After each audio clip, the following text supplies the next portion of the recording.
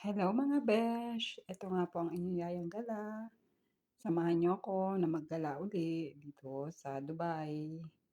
Ayan, nagkayayaan ng mga person na mag-ikot-ikot, lumabas at gumastos. O siyempre, 'pag lumabas ka, kailangan gumastos, 'di ba? Pero in fairness, salamat sa mga kasama ko dahil may sponsor. Ayan, naglayag kami diyan mga besh, pumunta kami sa kabilang Ibayo.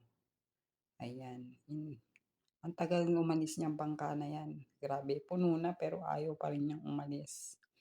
Ewan ko ba kung ano inaantay, pero 'yan, pagkatapos ng 7 years later saka lang siya lumalis. Ayan, ang lapit lang naman ng pupuntahan namin mga besh, dun lang naman sa kabilang da dangwa.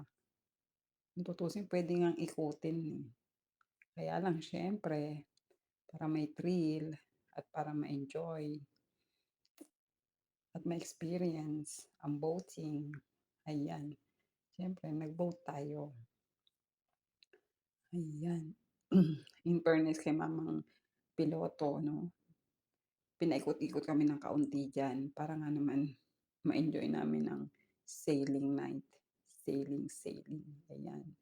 O 'di ba, ayan na kami, nakarating na kami sa kabilang ibayo. At ito nga po mga besh, pagdating namin ito ang bumungad sa amin, ang makalumang mga tanawin, mga lumang gusali dito sa Dubai. Ito yata yung tinatawag nilang Old Dubai, 'yan. Makita niyo diyan ang mga sari-saring mga paninda, basta sari-sari siya. Pero most dito, nitong gabi na 'to is sarado na at ang karamihan na bukas ay mga restaurant, ayan. Siyempre hindi mawala ang picture-picture at video, hindi na natin 'yan palalagpasin, 'di ba?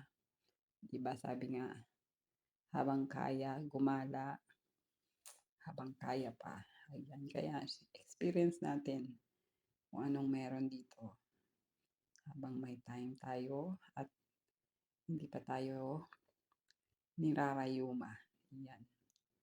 Buti naman at masigasig itong aking mga kasama sa pagtu-tour guide sa akin, ayan, 'di ba? Hmm, mali nga yung outfit ko diyan mga beshi, ang init-init, grabe. Kung kita niyo lang sa camera yung takak ng pawis ko diyan, grabe sobrang pawis ko. Mali talaga, akala ko kasi malamig na, eh, alam niyo naman ang mga thunders, 'di natin ano, kailangan na mag-protection. Kaya ang suot ko diyan long sleeve kasi sasakay daw ng ano, ng bangka. Siyempre expect ko malamig, 'di ba? Pero siyempre 'di pa ako gano'n ka-pamilyar dito sa weather. Ayan, na-experience ko tuloy ang tagaktakan ng pawis habang posing. Ayan, in fairness ang ganda niya sa gabi dahil ang daming ilaw.